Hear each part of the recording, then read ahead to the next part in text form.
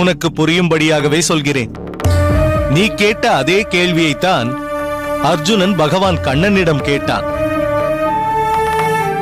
பகவானை அடைவதுதான் உயர்ந்த நிலை என்பதில் நம்பிக்கை உடைய ஒருவன் அந்த உயர்வுக்காக முதலில் முயன்றும் பின்னர் அந்த முயற்சியை தொடர இயலாததால் மாயை என்ற உலக உணர்வுகளால் பின்வாங்கி காற்றால் அலைக்கழிக்கப்பட்ட சிறிய மேகங்கள் கலைந்து சிதறி ஒன்றுமில்லாமல் போய்விடுகிறதே, அதேபோல் அந்த மாயையால் ஆட்பட்ட அந்த மனிதன் அழிந்து போய்விட மாட்டானா என்று அர்ஜுனன் கேட்டான். ஆஹா, அடியேன் கேட்ட கேள்வியை அப்படியே இது ஒன்றி இருக்கிறதே.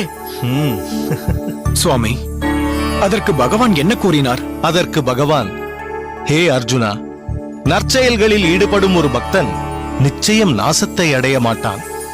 மாயையின் வசப்பட்டு தான் கொண்ட பக்தியில் தோல்வி அடைந்து அவனின் அந்த ஜென்மாவும் அத்தோடு முடிவடைந்து விட்டது என்றாலும் அவன் தான் செய்த பக்தியின் பலனால் மீண்டும் மானிடப் பிறவி பெற்று பூ உலகில் பெரும் செல்வந்தரின் குடும்பத்திலோ அல்லது ஒரு பக்தரின் இல்லத்திலோ அவன் பிறவி எடுக்கிறான். முன்ஜென்ம பக்தர்கள் சிலர் இந்த ஜென்மத்தில் பொருள் ஈட்டுவதிலேயே நேரத்தை செலவழிக்க கூடாது என்பதற்காக மிகப்பெரிய செல்வந்தரின் குடும்பத்தில் வந்து பிறக்கிறார்கள். பழைய ஜென்மத்தில் செய்த பக்தி சேவையை விட்ட இடத்திலிருந்து இந்த ஜென்மத்தில் தொடரும்படி செய்கிறான் பகவான். ஒரு சிலரை இவன் எங்காவது செல்வத்தில் மதிமயங்கி போய்விடப் போகிறான் என்பதற்காக ஏழையாக ஆனால் நல்ல ஆத்ம ஞானம் நிறைந்த அறவோர் குடும்பத்தில் பிறக்கச் செய்து தனக்கு சரணடையும்படி செய்கிறான் பகவான். இப்படி தன் பக்தன் நிச்சயம் தன்னை வந்தடைவான் என்று பகவான் கொடுத்த வாக்கைத்தான் அடியேன் அன்று அந்த இடைச்சிறுவனிடம் அளித்தேன்.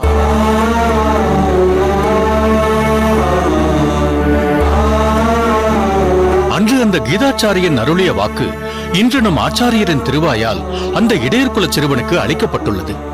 என்னே அந்த சிறுவனின் பாக்கியம்.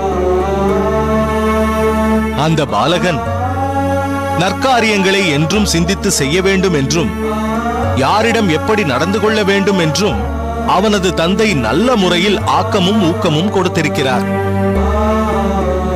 அதை அப்பாலகன் நல்ல முறையில் பயன்படுத்திக் கொண்டும் இருக்கிறான். எனவே அந்த இடைச்சிறுவன் தான் விரும்பிய இலக்கை நிச்சயம் அடைவான். அதில் சந்தேகமே வேண்டாம்.